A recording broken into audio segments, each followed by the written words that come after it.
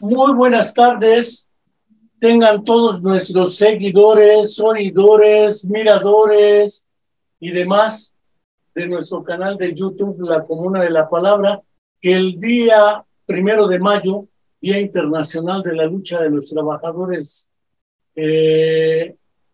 cumplimos 5 años. A pesar de los pesares y pronósticos, aquí llevamos ya 5 años este año, y no queremos dejar de cerrar la parte final del 4 año con el camarada Agustín Guerrero Castillo, quien aparece ahí al frente, viejo conocido que no conocido viejo. Nos conocemos prácticamente desde el 76, 77 del siglo pasado, es decir, el último cuarto de siglo, y prácticamente ya nos vamos acercando al segundo cuarto de este siglo, al primer cuarto. Entonces ya sería casi medio siglo de presentaciones y programas. El día de hoy, como bien anunciamos en el cartel, hemos tenido una serie de programas dedicados, uno a Teología de la Liberación, o la opción preferencial por los pobres, que surge por la misma época en América Latina, pero no solo en América Latina, también en África y en Asia. Es el periodo del boom latinoamericano de la literatura, gracias al apoyo indiscutible e incuestionable de Casa de las Américas de Cuba. Es un periodo cinematográfico importante y trascendente. Recordemos tan solo las películas de Costa Gabras, griego, de Gilo Pontecorvo, italiano, de Julio Barreto, brasileño, Oscar Menéndez, sus documentales en México, y naturalmente es un periodo en el cual también se hacen aportes a la teoría económica sobre los orígenes y el desarrollo del subdesarrollo, así le llamó Andrés Gunder Frank en un trabajito que leímos por esas épocas. Y después Teotonio da Santos, Vania Bambirra, Alonso Aguilar Monteverde, Fernando Carmona y otros empezaron a hablar de lo que es la teoría económica del desarrollo y del subdesarrollo, o de lo que se conoció en América Latina como la economía o la teoría económica de esta región, para entender la lógica del desarrollo del subdesarrollo. Sin embargo, no quiero dejar de recordar dos hechos que sistemáticamente recordamos. Ya se acerca prácticamente el final del periodo del gobierno de Andrés Manuel López Obrador, y en campaña prometió entregarnos la verdad histórica. Hasta ahora nos han entregado que era una mentira histórica, la verdad histórica inventada por Jesús Murillo Caram, aquel que se había cansado como Procurador General de la República, miembro prominente del Grupo Hidalgo, dentro del cual estaban Adolfo Lugo Verduzco, Humberto Lugo Gil, Jorge Rojo Lugo, que se adueñaron del estado de Hidalgo un rato, los Fallad y otros más, que no viene al caso ahorita. Y tenemos pendiente la deuda histórica con respecto a la verdad y con respecto a la justicia en torno a la desaparición forzada de los 43 jóvenes de la Escuela Normal Rural Raúl Isidro Burgos de Ayotzinapa en Tixla de Guerrero. Y no quiero dejar de señalar que efectivamente, y a pesar de que la violencia estructural que nos agobia no es ahora por parte directa del gobierno hacia los movimientos sociales, sino es la violencia estructural heredada de gobiernos precedentes, pero dificultosamente controlada. Tenemos una cantidad impresionante de muertes por otra violencia, y entre ellos están las desapariciones forzadas y los feminicidios. Entre estas desapariciones tenemos la de nuestra alumna de la Facultad de Psicología, Viridiana Naid, que sigue sin aparecer ya desde hace más de 10 años, y su familia sigue esperándola. Por eso le quiero enviar un fraterno saludo a Angélica Rodríguez Monroy, una de las madres buscadoras de los grupos de buscadores de desaparecidos. Cierro el mensaje y le agradezco a Agustín Guerrero, un prominente colega de la izquierda desde que nos conocemos. Ahora no estoy seguro, pero él me corregirá.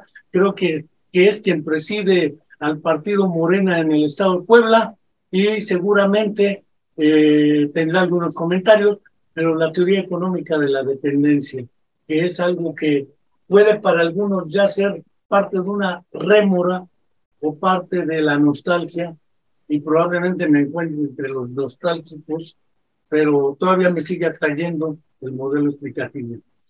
Como Agustín Guerrero sí sabe, pues él sí sabe de economía y de ciencia política. Yo con trabajo me dedico a la psicología y al daño cerebral, pues mejor le dejo la palabra. Muchas gracias, Agustín, y un gusto verte desde Añales, que nos hemos visto solo por estas vías, y adelante, y gracias. Pues el gusto es mío, Enrique, siempre es un placer saludarte y efectivamente tenemos ya hace un buen tiempo que no nos vemos personalmente. La última vez nos vimos ahí en Cuernavaca, en un plantón que había en el centro de la ciudad. Ya pasaron algunos años, pero pues estamos atentos.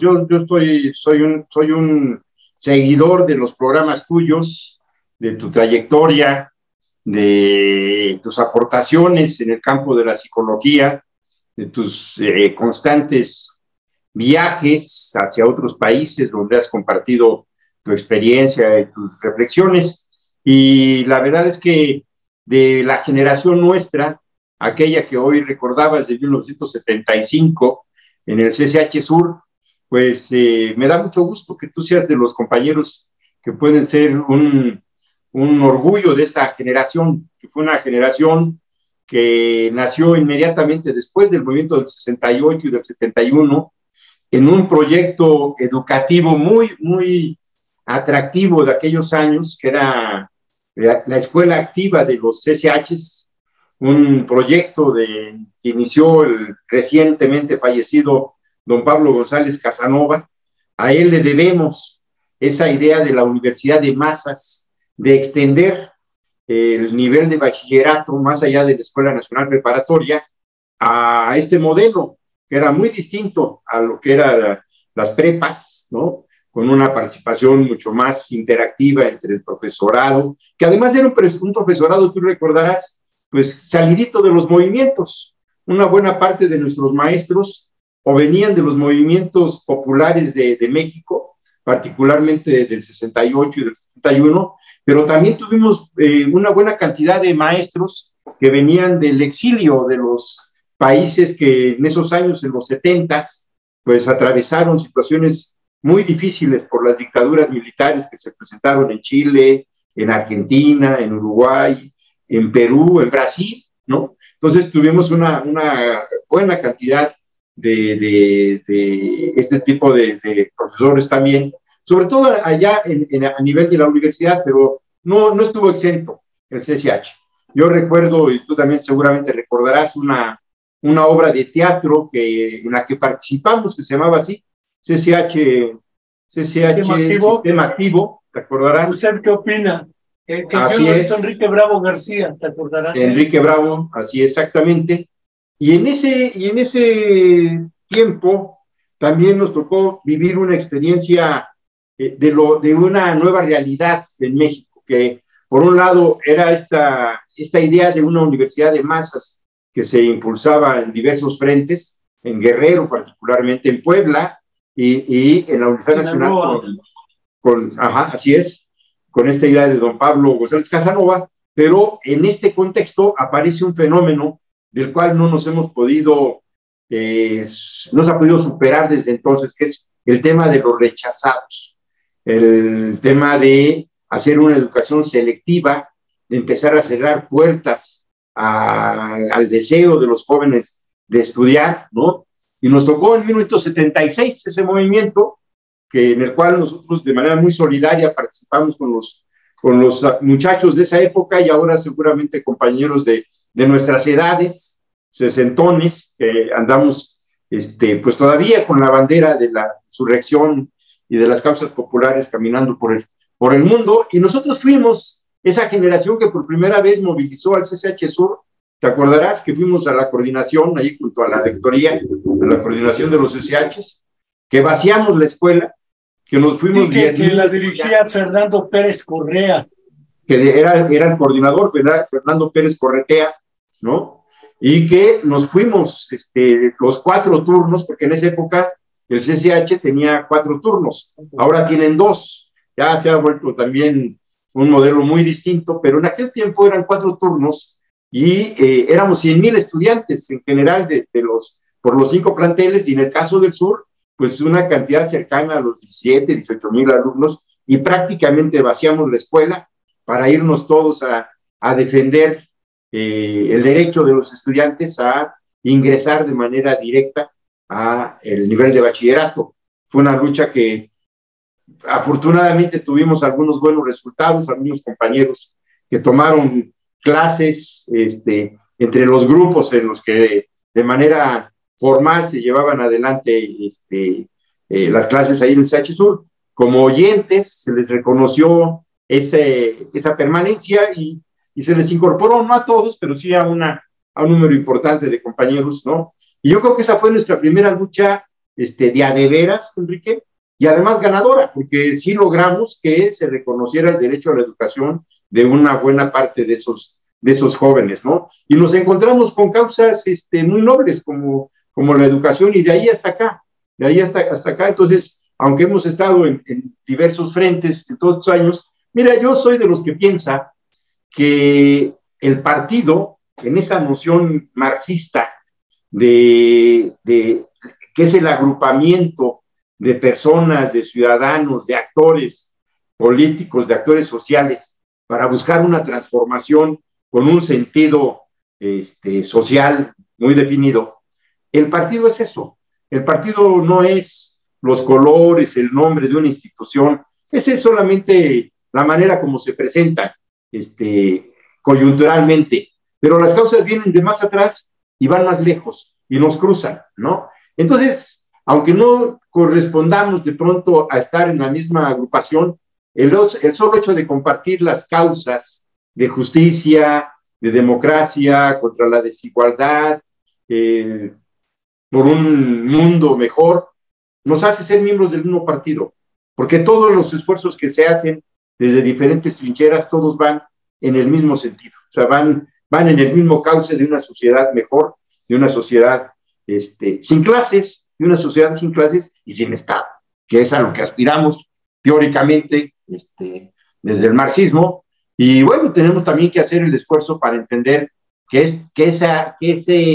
esa utopía que nos planteamos, pues también tiene adversarios, también tiene otros grupos que tienen intereses, que son muy poderosos, que se organizan, que los defienden, que se pelean, y que además tienen una cosa que en la izquierda verdadera, porque también hay gente que se dice de izquierda, pero que no lo es, ¿no? Y que lo dice para hacer avanzar sus intereses personales, pero en la izquierda verdadera, a diferencia de la derecha, es que la derecha no tiene escrúpulos para lograr sus objetivos. La derecha no tiene escrúpulos, no tiene ética, ¿no? No tiene límites para lograr sus objetivos, y de alguna manera la izquierda verdadera me parece que sí tiene eso, no es a toda costa y como sea, sino construyendo mayorías, construyendo reflexiones, ganando debates, ganando ideas, convenciendo a más gente, en fin, es una ruta muy larga. Y entonces, nosotros en aquellos años, Enrique, soñamos con nuestro asalto al cielo, ¿no? Decíamos, el capitalismo se desmorona a pedazos, me acuerdo las redacciones. A la vuelta de la esquina nos acercamos al socialismo. Le hemos dado durante 50 años prácticamente la vuelta a la esquina y no la vemos. Después que salíamos nosotros ingresaban Carlos Simas, Mireya Imas, Claudia Sheinbaum, Martí Batres, probablemente Fernando Belaunzarán, si mal no me acuerdo, Eduardo Pérez Fuentes, al CSH Sur. Sí, así Curiosamente, de ahí viene parte de lo que hoy es Morena, pero no solo, también están los que dan saltos como saltimbanquis de un lado a otro, buscando acomodarse, y esto está como para otro análisis en otro momento. Sí, pero sí la teoría económica que nos apoyaba. Sí, mira, eso yo lo ubico en un contexto más amplio, que es la correlación de fuerzas de los proyectos políticos. Entonces, en esa correlación de fuerzas llega de todo, saltan, como dices tú, saltan de un lado a otro, se cambian de color la camiseta, confunden, porque van pensando no en los proyectos, sino en sus intereses, y bueno, es muy difícil detenerse ahí a tratar de deslindar quién sí, quién no, ¿no? Cuando están de tu lado, los dejas entrar y avanzas hasta donde puedes. Y cuando no, bueno, pues los echas fuera o se van ellos solos cuando no logran por lo que llegaron, se van solos, ¿no? Pero me parece que es eso, de parte de esa correlación de fuerzas, que es como un acordeón, ¿no? Hay días en que se abre y se suman muchos, y hay de todo ahí. Es como yo les digo que es como cuando un pescador avienta la red al mar a pescar, y cuando la recoge encuentra de todo: charalitos, pescados pequeños, pulpos, cangrejos, delfines, hasta una botellas, basura, ¿no? Se encuentras de todo. Así es y ya vas discriminando: esto sí, esto no, esto sí, esto no, esto sí, esto no, y vámonos, y sigues caminando, ¿no? Entonces, aquí, como decía Galeano, Eduardo Galeano, aquella reflexión sobre la utopía, ¿no? Que cuenta él, que le pregunta a otro personaje, no recuerdo su nombre, que es la utopía, que para qué sirve la utopía. Dice, bueno, la utopía está en el horizonte, ¿no? Y vamos caminando hacia ella, y cuando llegamos a ese horizonte resulta que pues ya se movió también y sigue estando en el horizonte, pero el horizonte ya no es es otro, ¿no? ¿Para qué sirve la utopía? Para caminar, ¿no? Y en eso estamos caminando 50 años, y ojalá tengamos vida y ojalá tengamos salud para caminar otros 50 años más, que serían muy buenos para todo esto. A ver si nos toca ver el asalto al cielo, ya de veras, porque nosotros ya tuvimos una pruebita en el 2018, pero eso es una pruebita nada más. El verdadero asalto al cielo ya vendrá. Y quienes antes que nosotros o contemporáneamente a nosotros hicieron un esfuerzo, entrando al tema de la teoría de la dependencia, hicieron un esfuerzo por tratar de explicar la desigualdad económica, social, de los países en la década de los 60, 70, ¿no? Ya tú dabas ahí un panorama muy a grosso modo, de unas pinceladas de la cultura, de la escritura, de lo que había en los años 60, en aquel tiempo. Pero te faltó un dato que me parece que es muy importante. Los años 60 son los años, me parece, más característicos de la polarización entre lo que era el bloque soviético y lo que era Estados Unidos y la OTAN y sus aliados. O sea, es el mundo bipolar.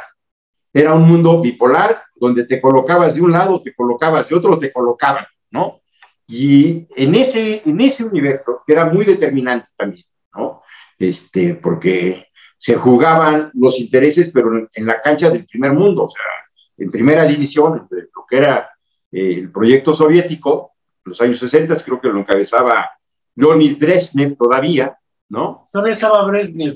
Estaba Brezhnev, y en el caso de Estados Unidos, vivía a principios de los 60 Kennedy, después lo van a matar en el 63, Lyndon B. Johnson un rato, ¿no? Y luego Ricardo Nixon, que llega ahí en esos años 60 a cerrar esa etapa.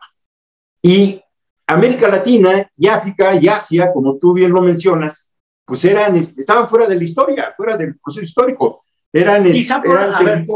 Agustín, quizá por eso Josip Broz Tito, junto con algunos otros, se empezaron a plantear, entre ellos Muammar Gaddafi, por ejemplo, cuando crea la Organización de la Unidad Africana, empiezan a plantear la posibilidad de dos organismos: la OPP, Organización de Países Exportadores de Petróleo, que siempre Estados Unidos la golpeteó, nacida prácticamente en Venezuela, otro Venezuela, anterior al intermedio y al de ahora, y lo que era la Organización de Países No Alineados, o el Movimiento de Países No Alineados, que presidía originalmente Tito, y ahí luego Echeverría se quiso incrustar como un paladín. Sí, tienes razón. O sea, había, digamos, lo que después conoceríamos en palabras de Tony Blair, una tercera opción, ¿no? Una tercera vía.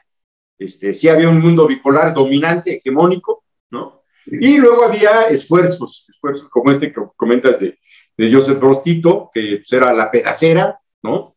Que buscaban una vía de expresión y de desarrollo, ¿no? Donde lo característico de las regiones de Asia, de África y de América, pues era la pobreza, el atraso, la marginación, el analfabetismo, ¿no? O sea, todos los males sociales concentrados en nuestros países, con una mínima posibilidad de desarrollo propio, porque finalmente la tecnología y el capital pesado necesario para echar adelante cualquier proyecto de industrialización, pues evolucionaba y era prácticamente patrimonio de esos dos bloques, del bloque soviético, que tenían su proceso industrial por un lado, y por otro lado lo que es el frente Estados Unidos-Europa, que para esas cosas del control de la tecnología, operan y han operado como un bloque. Tienen ahí intereses particulares, pero al final del día el capital no tiene fronteras, no tiene bandera de países, simplemente se mueve, ¿no? Donde tiene mejores condiciones, y siempre ha habido una alianza entre los capitales europeos y los capitales gringos en esa parte. Entonces, en este contexto es que un conjunto de teóricos de lo más diverso, a una convocatoria que hace Raúl Prebisch, eso está muy documentado en los años 60, ¿no? Justamente a esto, a ver, vamos a ver de qué se trata, ¿no? De qué se trata estoy perdiendo tu sonido. Época en que Raúl Prebisch convoca la Comisión Económica para América Latina, y desde ahí se empieza a plantear un modelo explicativo de por qué el subdesarrollo. Exactamente, ese es, digamos, el punto de reflexión es por qué las cosas son así y qué se puede hacer para modificar esta condición, ¿no? Entonces, tú ya mencionabas ahí algunos teóricos, analistas. André Guter Frank, uno de los que empieza a reflexionar sobre el tema del desarrollo desigual, el subdesarrollo, ¿no? Vendrá todo un conjunto de la escuela brasileña también, Totonho dos Santos, particularmente, Vania Mambirra, que ya también mencionabas, y algunos más chilenos, ¿no? Prácticamente es un movimiento que se da en Sudamérica a partir de esta convocatoria de Raúl Prebisch, por la CEPAL, donde se empieza a construir esta teoría de análisis, que después lo vamos a conocer como la teoría de la dependencia, ¿no? Por pensamientos diversos también. O sea, yo creo que en el fondo es un esfuerzo de ideólogos, de estudiosos, de economistas,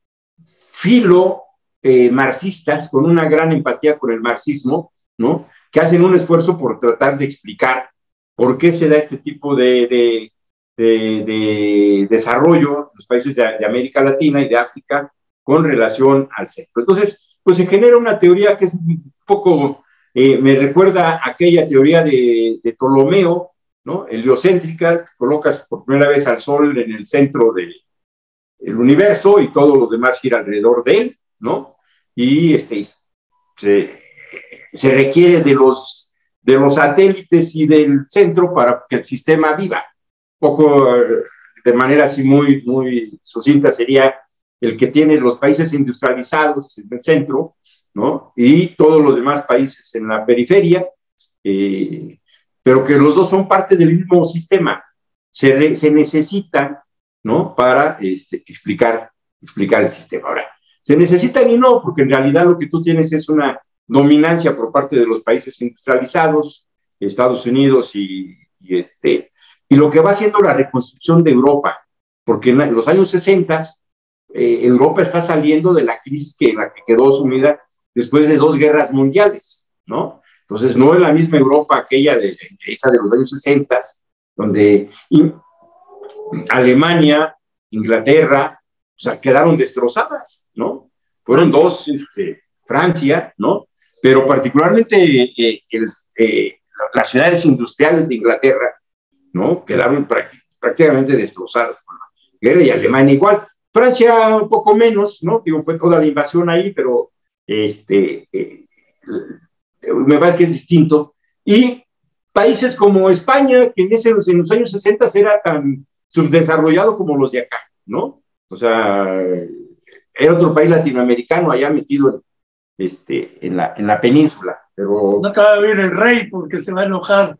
Bueno, no había rey, andaba señor, el otro, el dictador Franco, era el que hacía y deshacía, con un país cerrado también, o sea, con un país aislado, ¿no?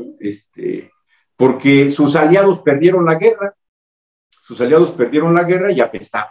Entonces, y los otros tampoco le echaban un buen ojo. Entonces, pues España era ahí un país tercermundista, metido a la mitad de Europa. Pero bueno, esa es otra historia que también habrá que checar. Entonces, inicia esta reflexión donde se ubica que el desarrollo industrial está en los países de punta de Europa en aquel momento, de Estados Unidos, ¿no? Y los países latinoamericanos juegan la función de aportar materias primas y mano de obra barata para sus productos, ¿no?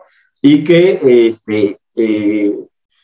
esta condición hegemónica por parte del mundo industrializado, que es el que produce mercancías con un alto valor, ¿no? Son ellos los que producen línea blanca, son ellos los países que producen automóviles, toda la producción industrial se da ahí. En América no se produce nada. O sea, en esos años hay un esfuerzo de industrialización, en el caso de México, que viene de la época del general Lázaro Cárdenas, ¿no?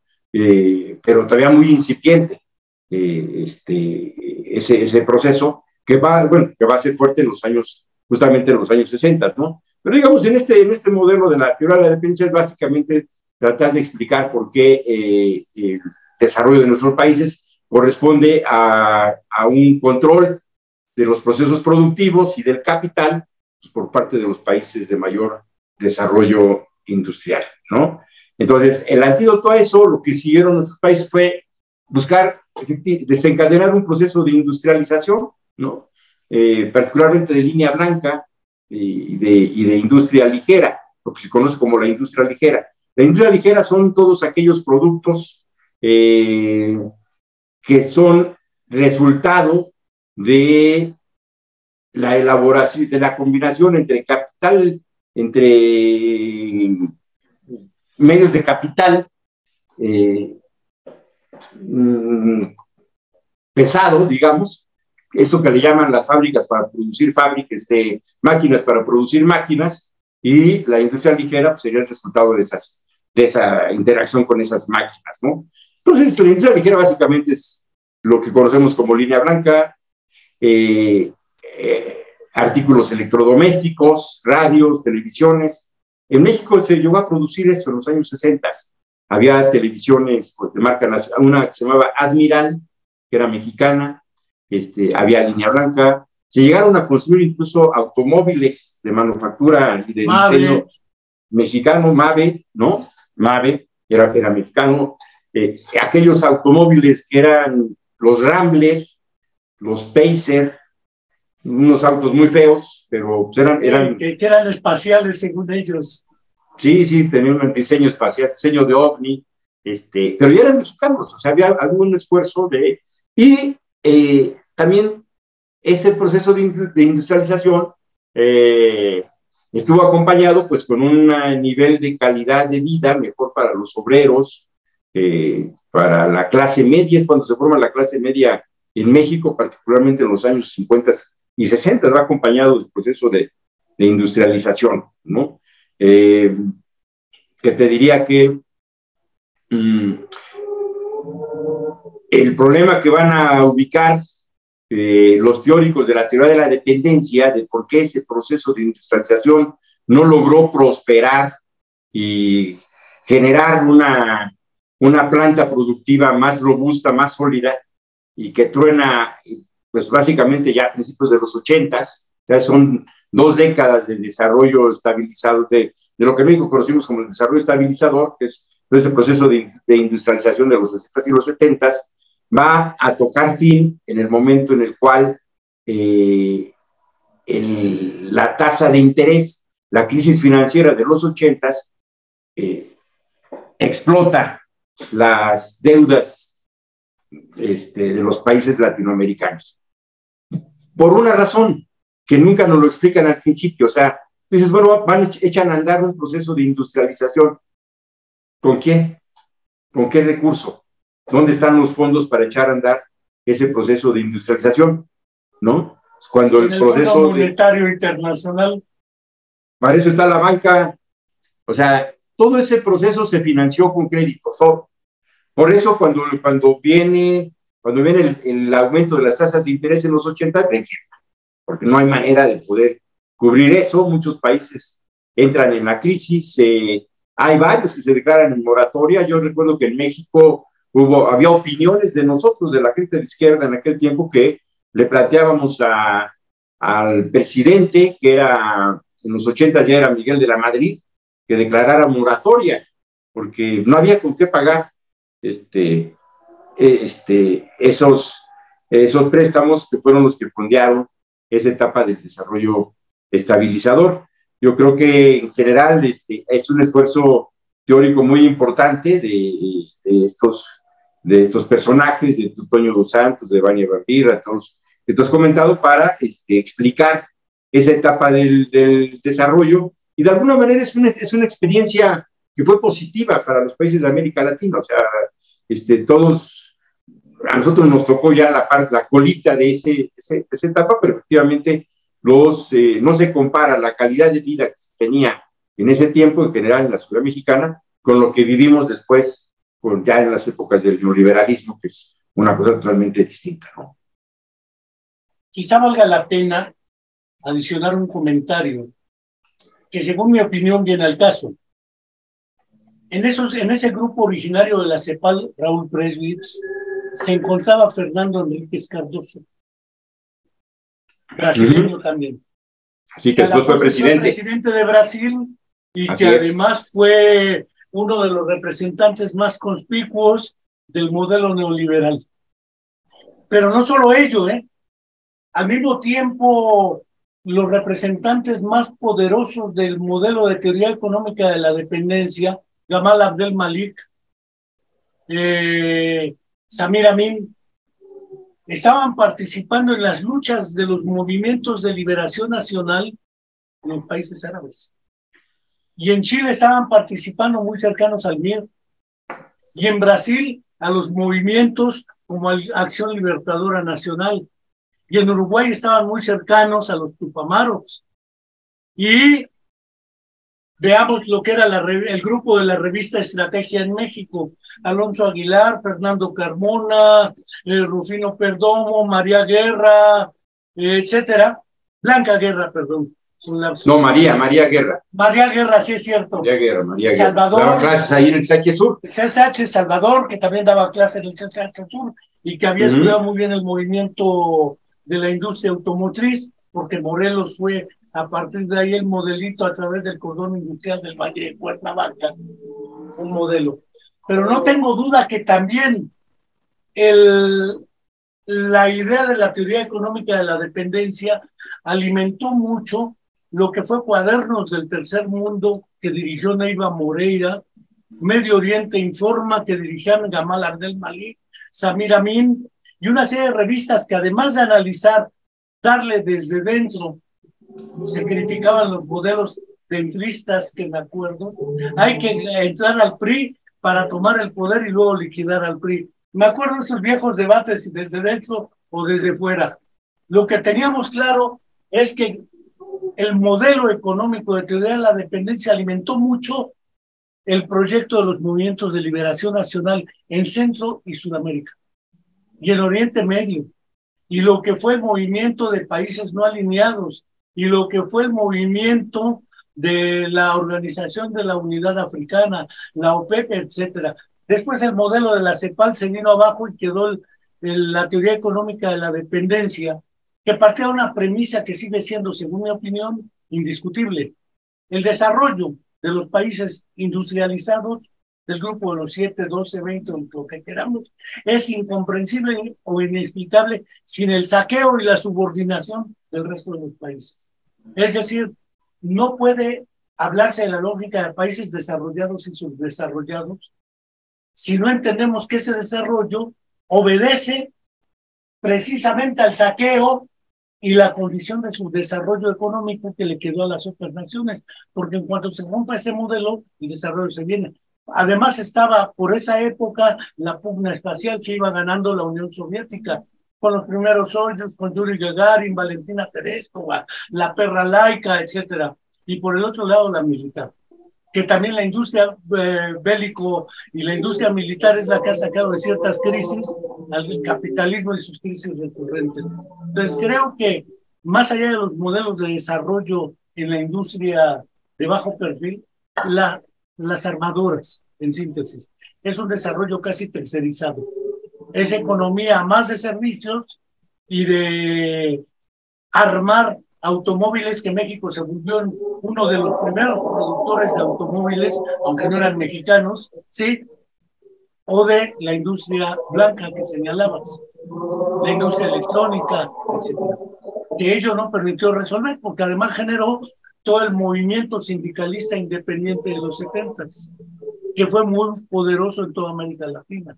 Oriente Medio era otra lógica, y la vieja disputa de si el modelo clásico de esclavismo, feudalismo, capitalismo, socialismo era el que permitía, porque ¿qué pasa con las comunidades originarias? Perú, Bolivia, Guatemala, los países árabes, el modelo asiático de producción y toda esa historia, que se metía en esa discusión de teoría. Yo recuerdo mucho, por ahí debo tener una buena dosis de la revista Estrategia todavía y de Medio Oriente Informa, pero es la época de la nacionalización de la banca por Portillo. Pero también la deuda que explota, que Fidel Castro decía que era inmoralmente impagable, económicamente impagable y políticamente insostenible. Ahí la dejo. Sí, bueno, tiene que ver todo eso. Yo creo que hay una coincidencia prácticamente de todos estos teóricos. Primero, yo creo que comparto tu punto de vista de que, además de ser analista, de analizar la realidad económica, tenían un gran dejo de militancia política, todos ellos, muy cercanos a los movimientos que mencionas, ¿no? Participantes activos, representantes de las causas de estos movimientos, ¿no? De tal manera que eran un poco lo que Gramsci menciona como intelectuales orgánicos. Sí, que después compromiso. El Salvador se los endosa a otros, pero bueno. Sí, no, bueno, es que hay que leer. Sus intelectuales orgánicos de nosotros. Ya, no, yo creo que hay niveles y niveles. Estos sí eran intelectuales orgánicos, y bueno. Y todos ellos coinciden con algo, o sea, la relación de América Latina con Europa se da a partir de este proceso de conquista de España y de Inglaterra, ¿no? Portugal. Entonces, de ese origen te coloca como una región que en el mundo su función es surtir de mercancías, surtir de productos a Europa, básicamente, ¿no? Y esos 300 años de dominación, de saqueo, no permiten una acumulación de recursos, de capital, ¿no? Pues eso no existe, es un saqueo permanente. Y la clase que se va formando, el sector de resistencia que se va formando, no son propiamente los pueblos originarios, que de alguna manera, bueno, también resistían, pero quien tiene la lucidez de plantearse un movimiento de emancipación de eso, son los criollos, ¿no? Los Simón Bolívar, los San Ignacio Martín, Allende, Hidalgos, los San Martín, ¿no? El gran líder de los 33, el Uruguay, ¿no? Entonces, pero son los criollos los que tienen esa perspectiva de lo que significa una emancipación para que ese saqueo de materias primas pues ya no siga dándose y se quede esos recursos acá, ¿no? Y iniciar un proceso de acumulación de capital propio. Eso no ocurrió, mientras que nosotros estamos planteándonos la independencia hacia los años, al inicio de los 1800, en Inglaterra ya estaban en la revolución industrial, en la primera revolución industrial, ¿no? Ya se habían despegado años luz de lo que era la realidad latinoamericana. Entonces, ese proceso de saqueo durante pues, prácticamente 400 años, pues no permitió generar un proceso de acumulación clásico. Esto que comentabas, ¿no? Cuando uno ve la evolución del capitalismo en Europa, en Estados Unidos, no tiene nada que ver con América Latina. América Latina es un territorio dependiente desde el principio, lo mismo que África, ¿no? Son colonias, es un reparto de los países de Europa y son territorios simplemente para surtir de mano de obra, en el caso de los africanos, incluidos para acá, para América, y por otro lado, pues surtir de mercancías sin valorización y de materias primas, ¿no? Ese es el rol que le toca. Y ese rol no se modifica con los países en la época independiente. El siglo XIX latinoamericano es un siglo de azonadas, ¿no? Lo que vivimos en México, internos. Lo que vivimos en México es lo mismo en Argentina, en Uruguay, en Chile, Perú. O sea, Perú, ¿no? Es un siglo donde no hay un proyecto nacional, no hay un grupo hegemónico, son cuartelazo tras cuartelazo, ¿no? Eso permite el surgimiento de personajes, en el caso de México, como Santana, ¿no? Que cada vez que hay una crisis mandas por él, y hay otra crisis mandas por él, se resuelve esa crisis, lo mandas a volar, pero viene otra crisis, lo traes, ¿no? Entonces, y en el contexto de todo eso, ¿no? Esa generación de la reforma de los 50 que encabeza Benito Juárez, Melchor Ocampo y todos ellos, que permite ya dimensionar por primera vez una idea de país, de nación, ¿no? De poderes, de constitución, de identidades y de instituciones, ¿no? Pues se da en el mar de calor, o sea, y mientras que en Europa ya están en otro canal, o sea, Alemania y Inglaterra, Italia y Austria y Francia, ¿no? En otra perspectiva, ¿no? Nosotros no, todavía el siglo XIX mexicano no resuelve este tema central, que es el problema de la acumulación de capital, ¿no? De tal manera que cuando llegamos a los años, al siglo XX, pues llegamos ya con una dependencia total, ¿no? Toda la industria y la construcción de la infraestructura de México, pues la hacen los ingleses y la hacen los alemanes, ni siquiera los Estados Unidos, ¿no? A ver, ahí me gustaría, si pudieras abundar, porque los intelectuales orgánicos de la derecha, coincidiremos con AMLO ahí, son los que han estado argumentando que el primer proyecto después de Juárez de desarrollo nacional se da con Porfirio Díaz. La industria ferrocarrilera, todo el modelo del positivismo, la ciencia, la medicina, la Universidad Nacional, etcétera, con Porfirio Díaz. Y curiosamente Madero era uno de los excluidos de ellos, aunque sea uno de los preferidos del presidente. Yo tengo mis serias dudas, ya había sido gobernador porfirista en el norte, entonces estaba peleando sus intereses también, por eso sus pleitos con Zapata en el sur, y después se integran Álvaro Obregón, y otra vez las sazonadas entre unos y otros por estarse disputando un ausente proyecto de nación. quizá los únicos que tenían un proyecto eran los del Partido Liberal Mexicano, representados por los hermanos Flores Magón, entre otros más, pero a partir de ahí yo tengo mis dudas en cuanto a los grandes caudillos que nos pusieron desde la primaria. Carranza, Obregón, Madero y Zapata. Y francamente no creo que ese sea el curso que siguió. Mira, yo creo que habría que irnos un poquito más atrás, porque yo sí veo en el grupo de la Reforma una generación que ya piensa un país. Y ya que piensa una nación. Ya piensa una nación. Curiosamente, querían desindianizar hasta el mismo Benito Juárez. No, hombre, la primera ley de las leyes de reforma que se aprueba, se publica en Veracruz, te marca lo que era esa generación de mexicanos, que es la ley del registro civil. La primera ley que genera la reforma es la ley del registro civil, ¿no? Que generó una reacción de la iglesia poderosa, brutal, ¿no? Porque le quitabas a la iglesia lo que era su control absoluto del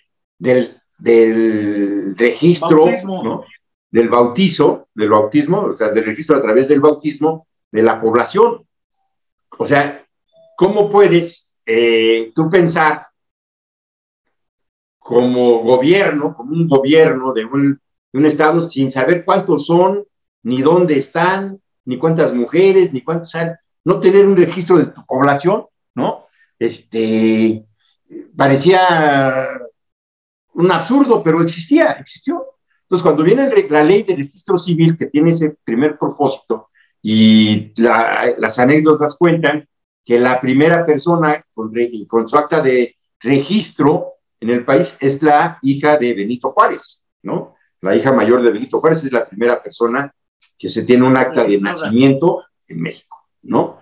Y luego, bueno, viene la ley de desamortización de bienes, que igualmente es una reforma en contra de la iglesia, y es esta separación del mundo civil del mundo celestial. Eclesiástico.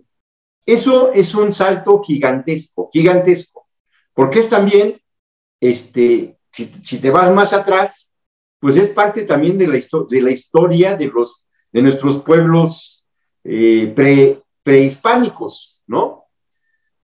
Que también articulaban su relación social entre lo divino y lo terrenal, ¿no?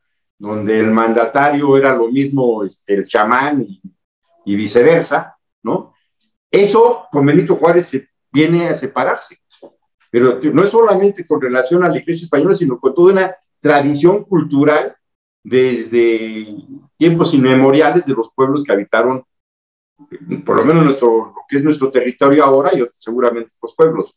Esta separación de las instituciones civiles de la iglesia es un salto descomunal, que es lo que permite pensar la nación. Ese hecho, ¿no? Es pensarla, porque si no haces eso, ¿no? Sigue siendo esta idea de lo mágico, de que las cosas son como son porque así lo decidió Dios, y entonces pues ya no tienes nada que discutir, ¿no? Entonces, esa parte de lo laico y de lo civil me parece que da una idea de trascendencia a este. Ya pensar en un proyecto económico y todo eso, pues te recuperas algunas cosas que vienen desde los sentimientos de la nación, pero son simplemente buenas intenciones, son buenas intenciones, ¿no? Ideas. Y un proyecto de desarrollo no existe, en esa generación no existe, pero sí una idea de nación. Y efectivamente va a ser Porfirio Díaz, con el cual se empiezan a dar los primeros pasos de lo que va a ser la creación de infraestructura en México, ¿no? La electrificación arranca con Porfirio Díaz. Los puertos y los caminos, las carreteras, arrancan realmente con... O sea, había caminos, había dos caminos rurales y caminos reales, ¿no? Pero lo que está ya pensando en vías de comunicación modernas, pues arranca con él, los puertos, ¿no? El puerto de Veracruz, que ya estaba, pero es con el que arranca con una dimensión mercantil de gran calado, ¿no? Los ferrocarriles, evidentemente, y la industria petrolera, ¿no? La Huasteca Petroleum Company, que es alemana, ¿no? Los del capital, y todos esos proyectos, ¿quién los financia? El préstamo. O sea, son con préstamos. No hay acumulación de capital propia en México. Nunca hubo ese proceso de acumulación, de tal manera que, pues, hay una confluencia entre el interés de Porfirio Díaz, el control político que él establece, el control militar, para poder desarrollar estos, porque él era la institución.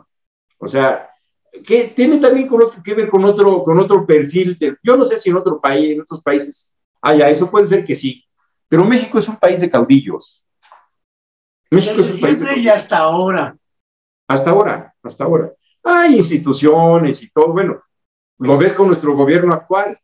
O sea, el peso de Andrés Manuel sobre las instituciones de su gobierno es insuperable.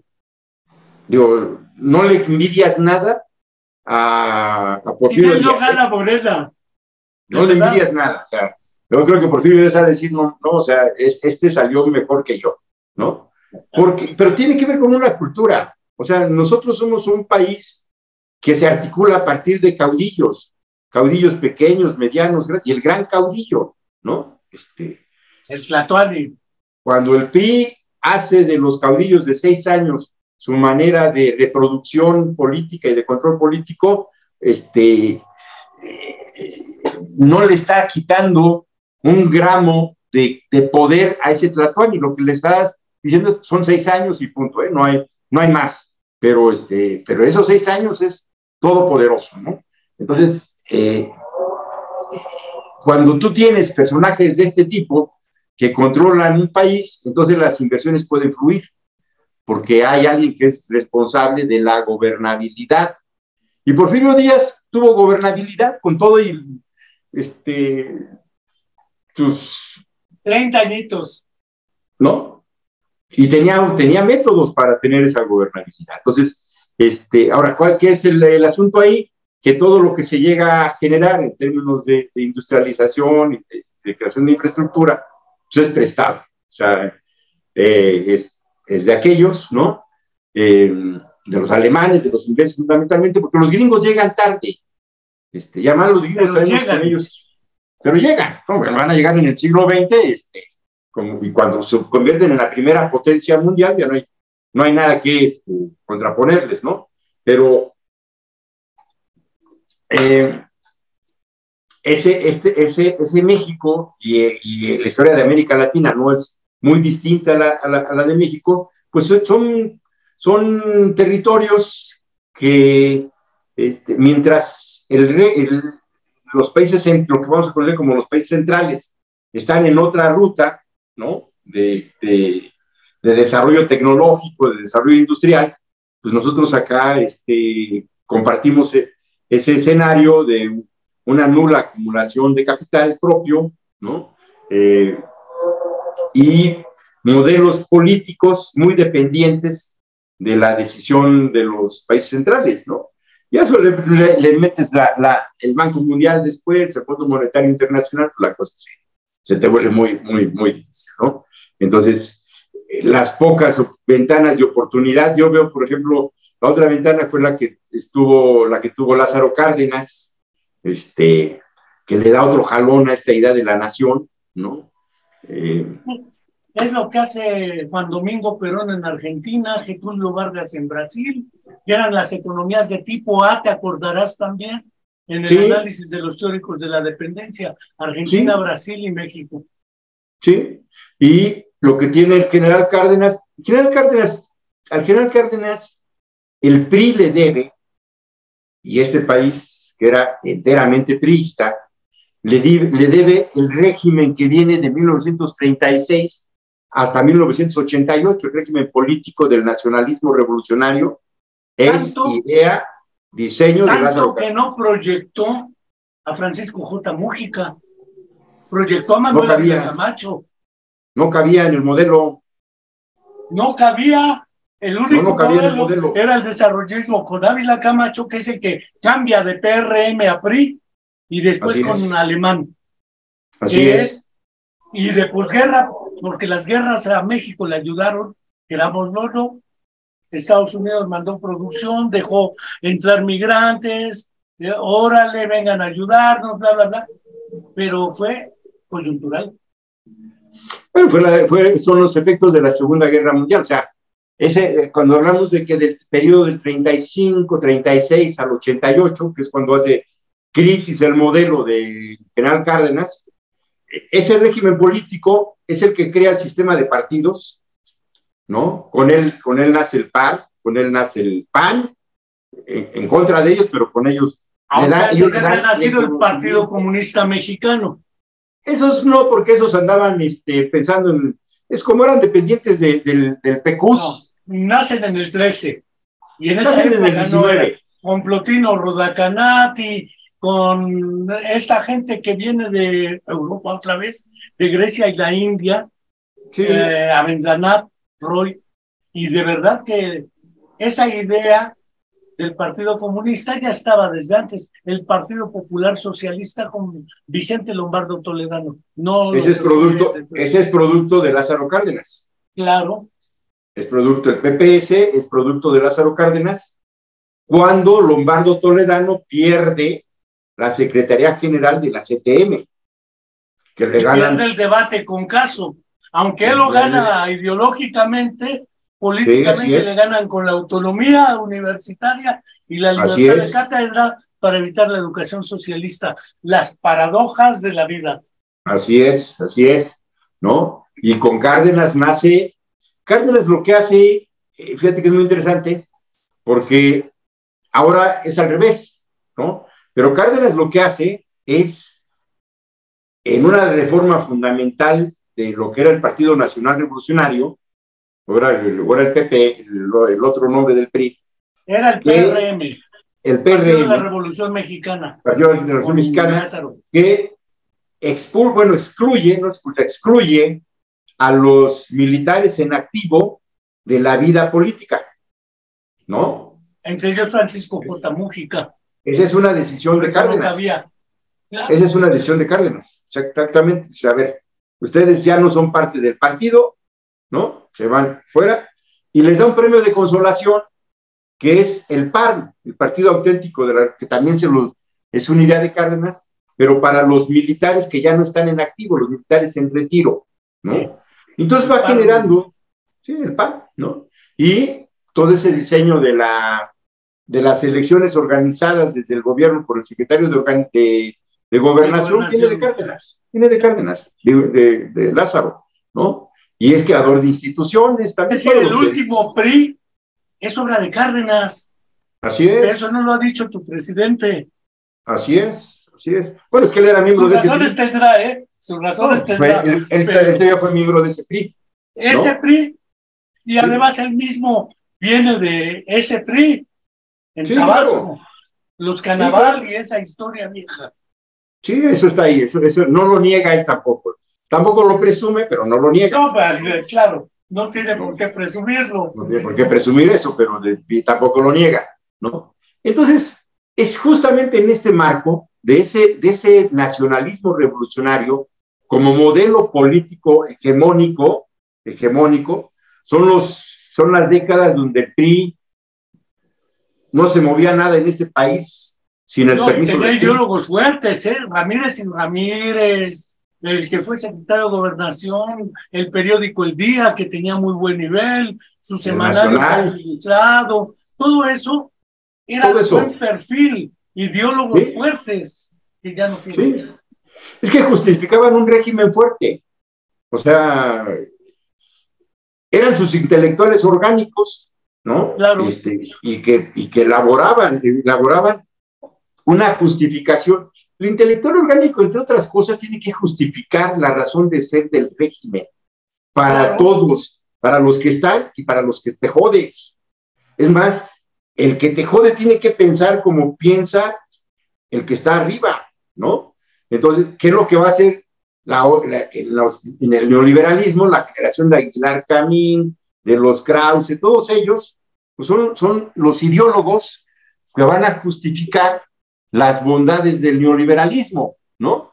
Entonces, ahí es donde yo sí veo en el caso nuestro, ahora de la Cuarta Transformación, una debilidad gigantesca con nuestros cuadros que expliquen el nuevo régimen. ¿Cuál formación de cuadros? Porque el nuevo régimen. Uno de los efectos históricos. Regresamos luego a ese tema, pero digamos, pero viendo así estos parangones, esta etapa del nacionalismo revolucionario es donde cae, es en el contexto donde cae la teoría de la dependencia en el caso de México.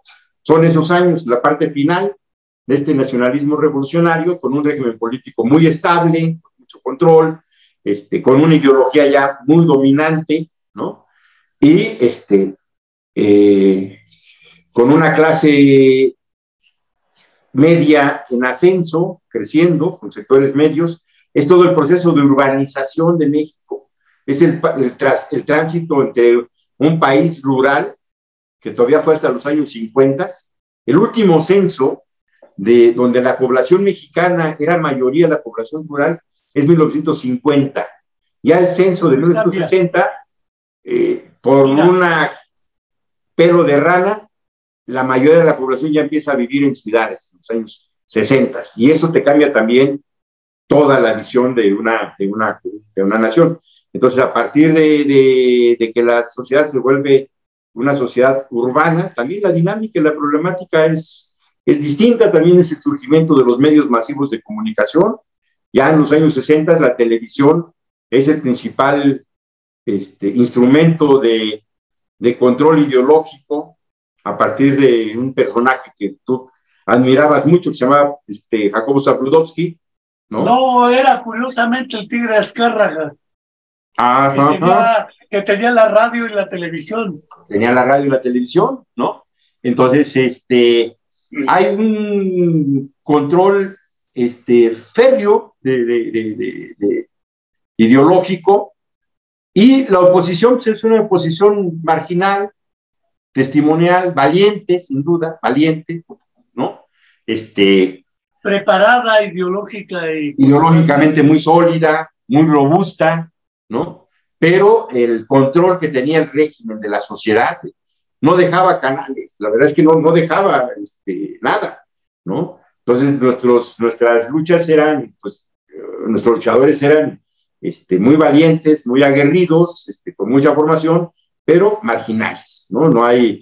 Tal vez la lucha más importante de esos años es la de los ferrocarrileros, que es derrotada, la de los maestros, que es derrotada, la de los médicos, que es derrotada, todas los campesinos. ¿Esas fueron dirigidas por el ex-PC? Algunas de ellas. Su dirección política, el magisterio, el movimiento ferrocarrilero, etcétera. Pero por otro lado estaban también los movimientos armados, ¿no? Los rurales y urbanos, Guerrero, Oaxaca, la Liga Comunista, etcétera. Todas esas vertientes también eran otra forma de expresión, que además se fundamentaban algunas de ellas en la teoría económica de la dependencia. Bueno, por un lado sí, eso es cierto, pero el gran resorte de eso es la Revolución Cubana. O sea, la revolución triunfante de Cuba es el resorte de todo esto. O sea, no se pueden explicar ningún movimiento de estos sin el triunfo de Cuba. El triunfo, ¿no? Lo hubieran perdido, se acabó. Pero ese triunfo, pues nos duró hasta la revolución sandinista. No, más allá. Se perdió electoralmente con Violeta Barrios de Chamorro. Hasta El Salvador, yo creo, todavía, ¿no? Guatemala, Centroamérica. Guatemala. Sí, o sea, fueron 30, 40 años de irradiación de la Revolución Cubana buscando el método, ¿no? Entonces, son años también, digo, donde hay elementos de resistencia, de lucha, pero derrotados todos. Yo digo que los años 60, 70, 80, hasta el sismo del 85, Yo creo que ahí empieza, ahí hay un parteaguas, pero es una acumulación de derrotas heroicas. Lo que la izquierda tiene en México es una acumulación de derrotas heroicas, de cara al sol, ¿no? Como las de la selección mexicana, que juega como nunca y que pierde como siempre, ¿no? Que nunca gana, pero qué bien luchó. Así un poco nuestras luchas, ¿no? Sí, trascendentales, lo del 68 sin duda, el 71, pero finalmente el régimen siguió controlando y ajustando. Y es yo creo que a partir del 85, del sismo del 85, donde ya hay un parteaguas social, primero, y luego hay un parteaguas político 3 años después con el movimiento de Cárdenas, del 88, y que coincide también con la lucha estudiantil del CEU y con la lucha magisterial que tumba a Contitud Barrios en el 89. O sea, esa segunda década, esa segunda parte de la década de los 80 es el parteaguas de lo que ahora es Morena, de ahí viene Morena, de esa historia más reciente. Luego nos lo quieren mandar hasta allá, hasta Madero, pero no, nosotros no tenemos mucho que ver con Madero. No, entonces, según tu opinión, la vigencia y actualidad del modelo teórico de la teoría de la dependencia económica es hoy prácticamente insuficiente, utilizando un término muy suave, o como lo dijiste cuando lo platicamos, es para nostálgicos y para quienes se dedican a la historia, porque ya hoy, como modelo explicativo para promover el desarrollo y la transformación, es inútil. ¿Esa es tu opinión? Yo creo que no sí, mira, yo creo que o no, pero... Sí, por una razón además muy sencilla y simple, Enrique. Para toda esa generación que pensó la teoría de la dependencia y el desarrollo de los países latinoamericanos en el marco de un mundo bipolar, ¿no? Esa posibilidad de pensar el mundo así, de reflexionarlo así y de trazar rutas a partir de ese contexto, se acabó en el 91. El mundo dejó de ser bipolar en el 91. La caída del bloque soviético, ¿no? La caída del muro de Berlín, ¿no? La caída del muro de Berlín y todo lo que significa eso, ¿no? Nos dejó huérfanos. O sea, el mundo se volvió unipolar, ¿no? Varias décadas, ahora tenemos un contexto distinto, pero en ese momento dejó de ser, y quedamos en orfandad teórica, porque nuestro modelo, con todos sus asegúnes, fallas y bla, bla, bla, bla, bla, bla, era el modelo que se derivaba del pensamiento de Lenin, ¿no? Con todas sus fallas y todas sus desviaciones y ya lo que quisieras señalar. Los errores, ¿no? Llamémosle. Los errores que ya señalaba Joseph Broz Tito, ¿no? Y Pavel Havel en Checoslovaquia, todos ellos, ¿no? Pues nos quedamos huérfanos y fuimos huérfanos ideológicamente unos buenos años. Yo creo que hasta la fecha, yo no termino de encontrar una lectura. Hasta la fecha todo lo que tenemos es caudillismo. Una lectura articulada de un pensamiento político, ¿no? Que genere una alternativa real al capitalismo de nuestros días, ¿no? Que en esencia sigue siendo el mismo capitalismo que criticó Marx y Lenin hace 150 años, ¿no? En esencia es el mismo capitalismo, no, cambian los actores, las formas, es más preponderante el capital financiero hoy en día, el capital invisible ¿no? Pero, en esencia sigue siendo la razón de ser del capital es lo que domina el mundo. La razón de ser del capital es la plusvalía, ¿no? Eso sigue siendo. Y van cambiando formas políticas de control, de todo lo demás. Frente a ese modelo se construyó el razonamiento de Marx y de Lenin de contraposición del socialismo, ¿no? Y del comunismo, pero del socialismo, modelo económico de llamémoslo desarrollo así. superior, ¿no? ¿Qué reivindicamos nosotros en este momento? Eso no. O sea, no hemos podido construir, articular una narrativa, un discurso, un análisis sobre estas condiciones materiales que nos digan, a ver, sí es posible, cuando elementos teóricos constructivos del modelo alternativo, pues nomás no aparecen nunca. O sea, lo alternativo, lo radicalmente distinto al capitalismo, como lo planteaba Marx y Lenin, planteaba un actor central, que era el proletariado y su conciencia. Sí, claro. Eso no existe, eso no ha existido. Bueno, así hay proletarios, pero cada vez son menos, y la conciencia de clase más no se ve por ningún lado, ¿no? Entonces, repensar eso no lo hemos podido superar desde el 91. O sea, nosotros tuvimos un modelito para parárselo enfrente al capitalismo. Un modelito así, Cuando se nos cae el muro de Berlín, se nos cae todo el modelo teórico también. Y tenemos ahora críticas al neoliberalismo. Eso sí, tenemos buenas críticas. Hay buenos pensadores que critican los excesos, los abusos, bla, bla, bla, ¿no? Pero ninguno de esos está planteando la superación del modelo, ninguno, ¿no? Hasta este momento. Y la vía, bueno, tan así que nosotros tenemos el humanismo mexicano como la gran aportación teórica a que lo nuestro no se hace en ningún otro lugar del mundo, ¿no? Esa es la reflexión. El modelo que nosotros tenemos ahora es exclusivo de nosotros, no hay en ningún lugar del mundo. Y entonces le puedo poner humanismo mexicano. ¿A qué? A lo que estoy haciendo, no a lo que estoy pensando, ¿no? Entonces está bien, o sea, es una licencia conceptual, digamos, que tienes que dar en esta idea de explicar lo que está pasando, lo que estás haciendo. Ahora, ¿qué intelectual orgánico de la 4T está elaborando esa cosa que se llama el humanismo mexicano? Yo no he visto ningún escrito serio, ¿no? O sea, de veras, en las diversas vertientes de lo que es un régimen, en la cultura, en la economía, en lo social, ¿no?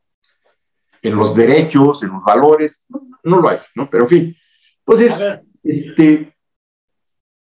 así estamos. Me voy a permitir una licencia.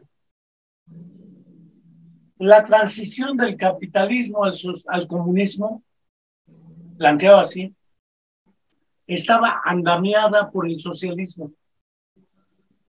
Planteando una metáfora similar, el acceso al socialismo no está a la vuelta de la esquina como creíamos hace medio siglo.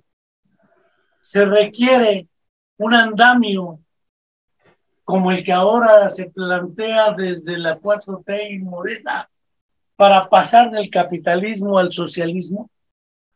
Un poco el papel que jugó Kerensky Alexander en la Revolución de Febrero de 1905 en Rusia. Cae el zar, pero entre el zar y lo que es el triunfo de la Revolución de Octubre, ¿qué queda? Queda el periodo de Alexander Kerensky. Pero este modelo tampoco tiene esa lógica. No. Porque tampoco era un modelo. Es el resultado de una práctica no dirigida anticipadamente, sino que se va construyendo al hacerse.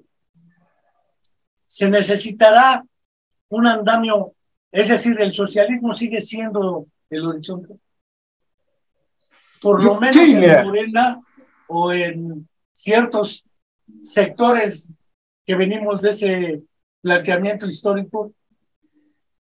Mira, nosotros es lo que sería el obradorismo, para ponerle un nombre, digamos, a todo este movimiento, ¿no? Para identificarlo. El obradorismo no es una estación intermedia hacia el socialismo. No se está planteando eso, no lo es. El obradorismo es un pensamiento que ubica lo que dentro del modelo neoliberal ha sido excesos, ha sido cosas sin contrapesos, digamos, ¿no? Y que genera una condición de una desigualdad económica y social absoluta, ¿no? Sobre esa lectura, sobre esos excesos, malas prácticas, Andrés Manuel le llama, tiene un nombre muy particular que lo tenemos en los documentos de Morena, que son estas prácticas ruines, ¿no? En el marco todo de lo moral, digamos, ¿no? Y de las superestructuras. El obradorismo lo que quiere es corregir eso, lo que quiere es atenuar la desigualdad social. Incluso habló de economía moral, siguiendo a un economista clásico que no estaba de acuerdo con la teoría de la dependencia y plantea su economía moral. Pero eso implica un poco regresar al modelo que planteó el ajuste con rostro humano, ponerle un rostro humano, o como lo dijo metafóricamente el subcomandante Marcos, cuando aún era Marcos, se trata de seguir administrando la hacienda, pero con métodos más humanos. Más o menos así está el asunto. O sea, ¿cuáles son en el diagnóstico, cuáles son los males del régimen que hay que corregir, ¿no? Y que tiene razón, o sea, tampoco son, no está inventando, no se quiere pelear con molinos de viento, o sea, son reales. La corrupción, ¿no? Dice, el régimen político mexicano es un régimen corrupto, que ha permitido el saqueo, toda la crítica, ¿sale? Entonces, trabajemos un régimen donde impere la honradez, ok, está bien, donde el servidor público efectivamente sea un personaje que tenga una vocación por el bienestar de la sociedad y que no vaya pensando en enriquecerse, está bien, ¿no? Y entonces en el modelo funciona porque la cabeza del modelo, que es el presidente, es honrado, ¿no? Y entonces los de abajo, los que siguen, tendrían que serlo, ¿no? Tendrían que serlo porque ya no hay permiso para robar, ¿no? Y de ahí te vas para abajo, para abajo, para abajo, hasta así es el modelo. ¿Con qué instrumentos tienes tú para garantizar o para impedir que el que le crezcan las uñas lo puedas expulsar del paraíso de un gobierno honrado? No hay instrumentos, ¿no? O sea, el modelito que crearon los neoliberales del sistema anticorrupción era una simulación. Era para decir que combatían la corrupción, pero era para tolerarla, ¿no? En este país, durante los años neoliberales que inventaron el sistema anticorrupción ellos, ¿no? Y que tienen ahí una fiscalía anticorrupción y madre media, nunca se procesó a una sola persona por corrupción. Ni siquiera un funcionario menor. Ni siquiera un funcionario menor. O sea, por corrupción, ni uno. Pero tenían un modelo. Entonces, cuando llega Andrés dice, bueno, ese modelo es una simulación, no sirve para nada, bla, bla, bla, ¿no? Pero no lo puede desmontar tan fácilmente porque es de 2/3 partes en la ley, porque estos cabrones lo metieron toda la ley. Bueno, entonces, es simplemente, el presidente es honrado, es honesto, ¿no? A mí no me pueden acusar de nada. Pues sí, pero abajo sí, ¿no? Abajo, claro que hay corrupción en muchos, lo más notable es lo de Segalmex, pero no es lo único, ¿no? O sea, no es lo único. Entonces, no basta el ejemplo del líder para que todo eso de la noche a la mañana deje de ser, porque es lo que dice, o sea, él no acepta la visión de Peña Nieto que dice que la corrupción es cultural, no la acepta, dice. Eso no es cierto, o sea, no es cultural, pero sí es sistemático, o sea, la corrupción sí es parte del sistema, el sistema está aceitado por la corrupción, todo el sistema, desde abajo hasta arriba y de arriba hasta abajo, y de derecha a izquierda y de izquierda a derecha, o sea, es sistemático, ¿no? Entonces, tiene razón, hay que acabar con la corrupción porque entre el 10-15% del Producto Interno Bruto se va por ahí. Se va por ahí. Se va para enriquecer a un puñado de cabrones. Entonces, si toda esa lana se queda en el sistema económico del país, va a alcanzar. Bueno, sí, pero ¿y con qué instrumentos? ¿No? Ahora mismo, ya van 4 años nuestros. ¿Quién es el principal acusado de corrupción que tenemos nosotros ya con sentencia? Con sentencia, en 4 años. Tiempo suficiente para demostrarles que eran corruptos, ¿no? En 4 años. No tenemos ni uno, Enrique, uno solo. O sea, tuvimos a la señora Rosario Robles, ya salió. Está el señor Lozada, ¿no? Ahí está, pero no hay sentencia. Anda negociando que si regresa unos dólares más, unos dólares menos. Está el señor ese de Segalmex, el que ya se dio a la fuga, un tal Gavira, que era el segundo de Ignacio Valle, que era el titular de Segalmex. Ignacio Valle, en lugar de estar en la cárcel, que es donde debe de estar, está en gobernación, ahí en una dependencia X. Pero el otro, el que le cargan el muerto, ya se fue, esta semana le pidieron a la Interpol una ficha roja para localizarlo en algún lugar. Entonces, a ver, si el principal mal de este país es la corrupción, entonces, y mucha gente votó por eso, porque dijo que efectivamente ya estamos hasta la madre de tanto corrupto, ¿no? En 4 años no nos deberían de haber alcanzado las cárceles para haber metido a todos esos corruptos ahí, pero no hay ninguno, ¿no? No hay ninguno. Entonces... No, pero una cosa es meter a la cárcel a los corruptos y otra es acabar con la corrupción. Pero es que... Porque pasa lo mismo que con la estrategia de enfrentar el narcotráfico. Se enfrenta con un asunto policíaco paramilitar, bueno, es un problema económico. Producción, sí, pero tú tienes razón, o sea, sí, hay que acabar, pero, mira, yo lo veo en el caso de Puebla. Te voy a poner un ejemplo. En Puebla, el finado gobernador Miguel Barbosa, en 3 años, lo mismo, dijo, a ver, el gobierno de Moreno Valle se dedicó a saquear, hicieron ¿no? Y lo hicieron. Y lo comprobó. O sea, abrió expediente la fiscalía, metió a la cárcel como 4 o 5 de esos, carreteras de Puebla, así, ¿no? Gente que hizo negocios de robo y despoblado. Mete a morenovallistas, mete a la cárcel a presidentes municipales del PRI, del PAN, o expresidentes, ¿no? Del PRD, y también de su gabinete, ¿no? A su secretario de transporte, al primero que tuvo, Guillermo Arechiga, lo agarra ahí en una tranza de entregando concesiones a diestra y vendiendo concesiones a transporte, vendiendo concesiones, ¿no?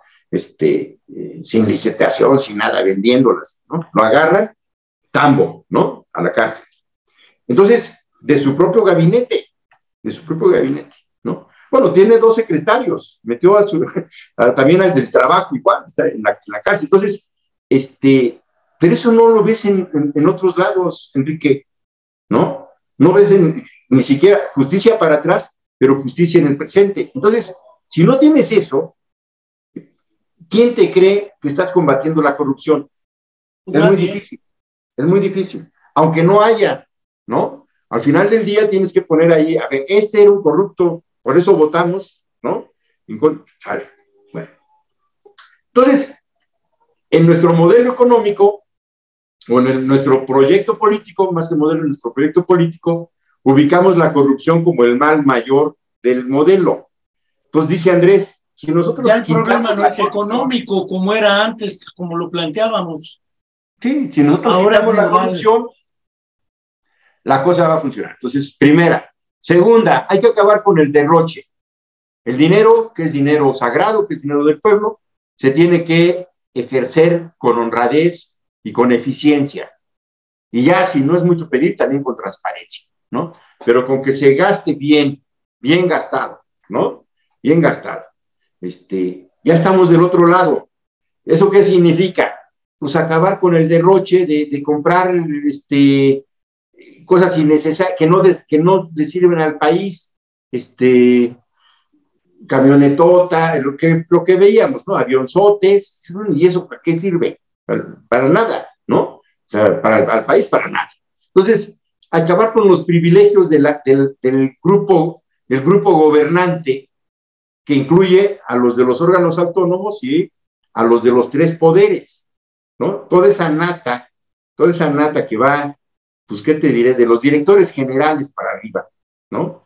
Subsecretarios, directores de área, coordinadores, titulares de organismos descentralizados, todos, que han de ser fácilmente unos 7,000 funcionarios, que muchos de ellos son de 6 añitos y otros son de 9 añitos, de 15 añitos y otros son vitalicios. Ahora tenemos ahí algunos magistrados, consejeros que son así de, ya quisiera yo una chambita de esas, ¿no? Vitalicios.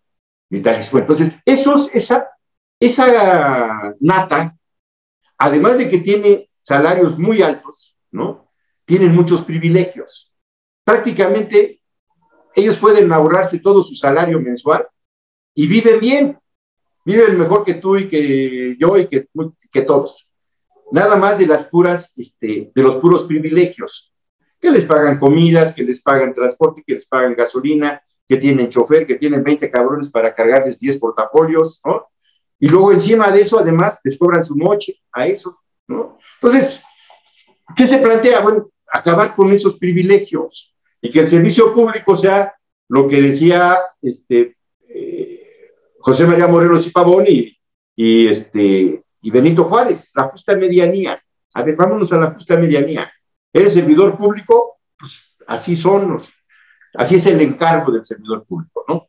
Tiene razón, eso es incuestionable. Ahora, puedes quitar todos los privilegios esos, todos, ¿no? Y ese dinero, dedicarlo a clínicas, a lo que quieras, ¿no? Que tengan un impacto social positivo por eso. Ya. Pero sigue siendo el mismo régimen, ¿no? Nada más que ahora sin privilegios. Un ajuste con rostro humano. Nada más. Es un ajuste con rostro humano, está bien. Pero el modelo es el mismo. El modelo de acumulación de capital es el mismo, ¿no? Luego, hay una parte que a mí no me gusta, ¿no? Yo siempre he sido crítico yo respaldo el proyecto de Andrés desde hace años, ¿no? Pero pues también a mí me ha costado, yo igual que tú, o sea, nosotros empezamos antes soñando un país mejor y hemos estado en muchas luchas y unas hemos ganado, otras hemos perdido, ¿no? Así es esto, pero no puedes ser contemplativo cuando en los tuyos también hay excesos, ¿no? No puedes sí, permanecer indiferente, no es correcto, no está bien que uno lo haga. Entonces, una narrativa que nos dio mucho respaldo social es que nosotros nos estábamos enfrentando a la mafia del poder, ¿no? O sea, parte de nuestro discurso en esta narrativa de vamos a acabar con todos los males sociales que han hecho de este país una desgracia, hay culpables de eso que se llama la mafia del poder, ¿no? Ok, ya ganamos en el 18. Entonces, a ver, tráete la lista de los de la mafia del poder, ¿no? ¿Quiénes son? Pues vamos a acabar con ellos, ¿no? De eso se trata. Y entonces ves ahí a Emilio Azcárraga en las listas, desayunando en Palacio Nacional, ves a Salinas Pliego, las becas, ves a Carlos Slim, ¿no? Y dices, a ver, pues algo no me está checando, ¿no? Entonces, ¿por qué? Porque una fortaleza ideológica, ¿no? De convencimiento de nosotros con la población, pues era que íbamos a acabar con la mafia del poder, no que íbamos a convivir con la mafia del poder. Pues bueno, ahí está, hay una crítica, todo se puede explicar, ¿no? Hay un exceso de pragmatismo, efectivamente, hay un exceso de pragmatismo, ¿no? Pero, porque finalmente estamos en esto que, como iniciábamos la plática, en un tema de correlación de fuerzas, ¿no? A veces para avanzar aquí necesito sumarme con estos, si no, no avanzo. Y ya cuando avancé acá, bueno, pues ahora voy por acá y ya me estorba, ya no lo...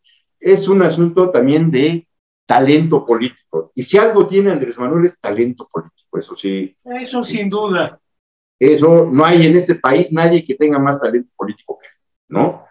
Y hace jugadas que dices, ay, cabrones, ¿no? Esa no la vi. Esa no la vi. Vamos hora y media, ¿eh? Ah, sí, ya. Y pues vamos cerrando, Enrique. Vamos cerrando. Creo que vale la pena porque ha sido muy claro en 3 cuestiones. El modelo económico ya no es lo que priva como eje central del análisis, de la previsión y la perspectiva. Ahora es, llamémoslo así, una economía moral y una política moral. 2, hay una tradición desde prácticamente las guerras de independencia de América Latina, particularmente en México, pero no solo en México, donde los caudillismos han sido la parte central en la lógica del desarrollo. El modelo de nación al que aspira el obradorismo, como lo expresaste, no es el socialismo, es un ajuste con rostro humano. Por lo tanto, la teoría económica de la dependencia hoy parece innecesaria. Así lo puedo sintetizar. Así lo puedes frasear y tenemos la obligación de construir una nueva utopía. O sea, la teoría de la dependencia fue una utopía posible para esa generación de los 60, 70. Fue una guía, fue una ruta, un camino por donde generaciones, lo decías tú muy bien, de varios continentes, encontraron por ahí, por aquí ves el camino, ¿no? Bueno, yo digo, en el 91 eso se acabó, terminó todo eso. Y ahora, los que sí, seguimos de necios, pensando en que el socialismo efectivamente es un estatus superior de desarrollo social de las sociedades, ¿no?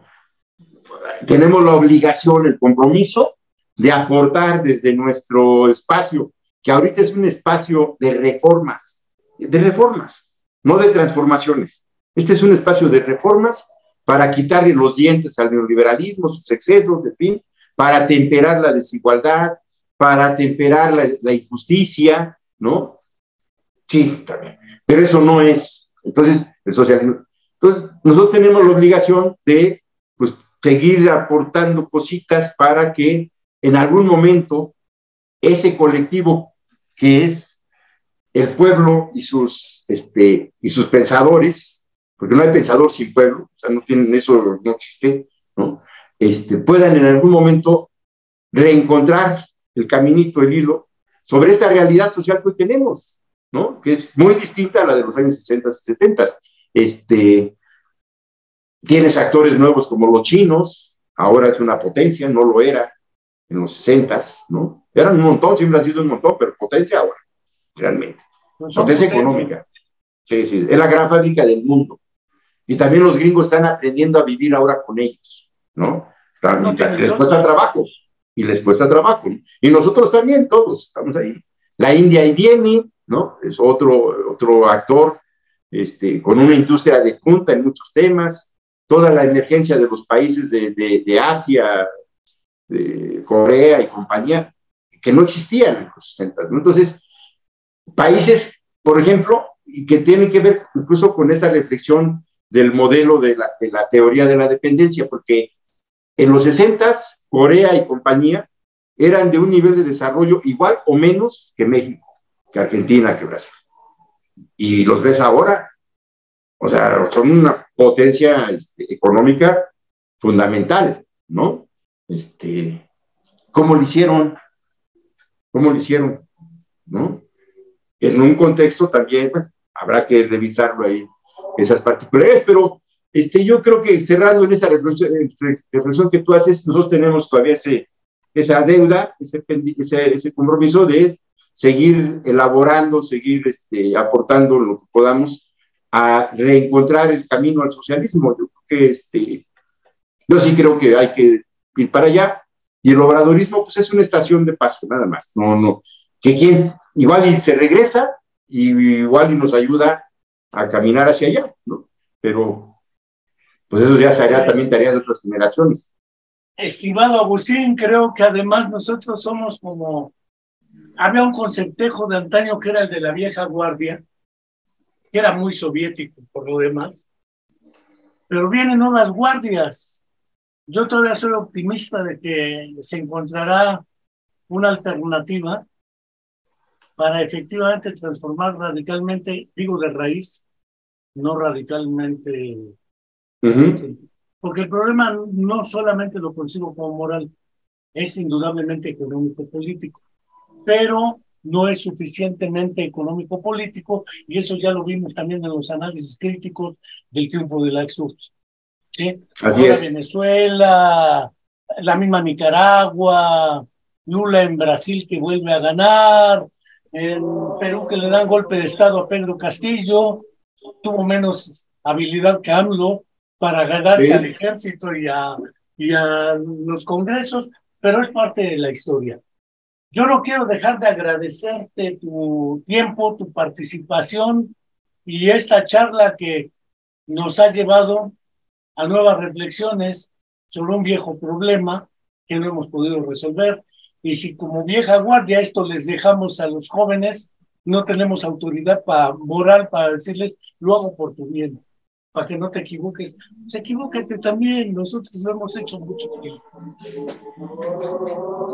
Agustín. Gracias, Enrique. Un abrazote y en la primera oportunidad te caigo por allá en Cuernavaca. Y hasta la próxima. Cuídate mucho. Sí, que no me caigas en huelga de hambre como esa vez. Vale, cuídate mucho. Órale, gracias, hasta la próxima.